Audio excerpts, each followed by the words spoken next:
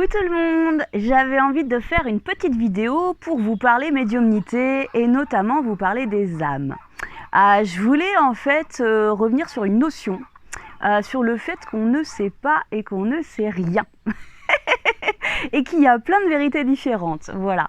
Donc moi, en fait, je vous partage toujours ce que j'expérimente, je détiens pas la vérité, et vous en faites ce que vous voulez. Mais j'ai quand même pas mal d'expérience dans le domaine, parce que ça va faire quasiment 10 ans que je suis dans ce domaine-là, et j'adore communiquer avec les âmes, donc je le fais beaucoup. Par moments, je le fais beaucoup, et il y a d'autres moments où je le fais quasiment plus. Enfin, quand je dis quasiment plus, je parle quand même avec les âmes quasiment toutes les semaines, voilà. Bon. Donc en fait, ce que je trouve intéressant et important de dire, c'est qu'en fait, il y a toujours, c'est multifactoriel et il y a toujours plein de raisons différentes à tout. Les âmes, en fait, il faut savoir que c'est juste des gens comme vous et moi, sauf qu'ils n'ont plus d'enveloppe de chair. Voilà.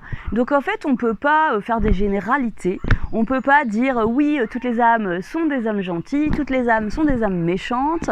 On ne peut pas dire les âmes ont envie de parler ou les âmes n'ont pas envie de parler, ou il faut déranger les âmes ou il ne faut pas déranger les âmes.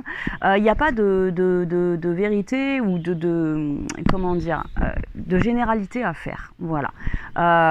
Il y a des âmes en fait qui, quand elles décèdent, elles montent directement à la lumière. Donc ça c'est mes croyances, hein. Après il y a d'autres personnes qui peuvent croire d'autres choses, c'est complètement ok. Il y a des âmes en fait quand elles décèdent, elles restent sur terre. Il y a des âmes qui restent sur terre parce qu'elles ne savent pas qu'elles sont mortes.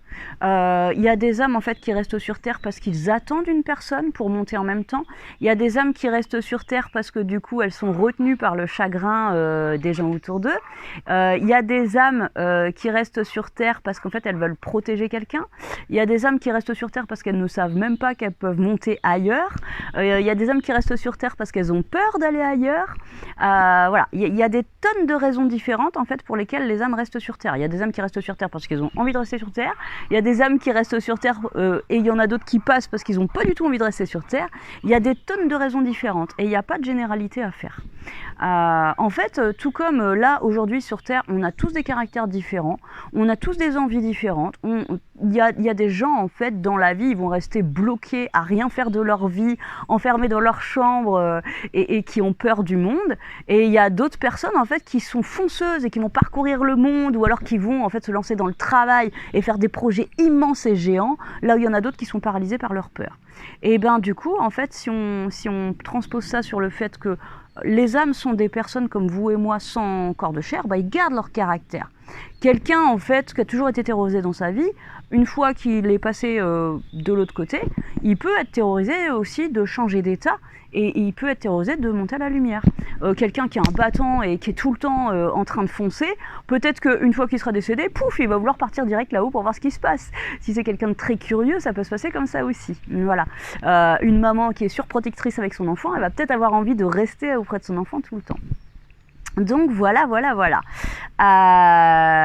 Donc il y a ce truc de pas faire de généralité, tout comme par exemple en fait on peut se dire parfois oui j'arrive pas du tout à communiquer avec telle personne, bon ma mère, mon frère, etc. Et du coup là c'est pareil, il y a des gens qui peuvent vous sortir des généralités du genre t'as pas le don de médiumnité, comment dire, la personne ne veut pas communiquer avec toi, etc. ou t'es pas prêt. Mais en fait effectivement là de la même façon il peut y avoir toutes ces raisons là qui sont vraies aussi. Alors pour moi en fait l'histoire du don de médiumnité c'est plus c'est pas vraiment où on l'a ou on l'a pas, on peut le développer de toute façon, il y en a juste qui ont plus de facilité que d'autres. Et après en fait ça peut être juste que le défunt il a pas du tout envie de parler, ça peut être que il est déjà parti de l'autre côté, mais même en fait s'il est monté il peut quand même venir parler. Ça peut être aussi par période, des fois en fait il a envie d'être là auprès de vous, des fois il a pas envie, des fois il se rend compte que vous avez besoin d'avancer sans qu'il soit là tout le temps parce que du coup il faut quand même que vous avanciez dans la vie. Voilà, ça peut être des tonnes de raisons différentes et toujours vraiment avec cette idée de on ne fait pas de généralité. Voilà, j'espère que ça vous aura éclairé. N'hésitez pas à me poser des questions. Si vous avez envie, je peux vous répondre en commentaire. Et puis, je pense qu'un de ces quatre, je proposerai des petits ateliers médiumnité pour vous expliquer plein de choses là-dessus. Comment apprivoiser sa médiumnité, comment se protéger, etc. etc. Et en tout cas, je vous fais des tonnes de bisous et à très très vite.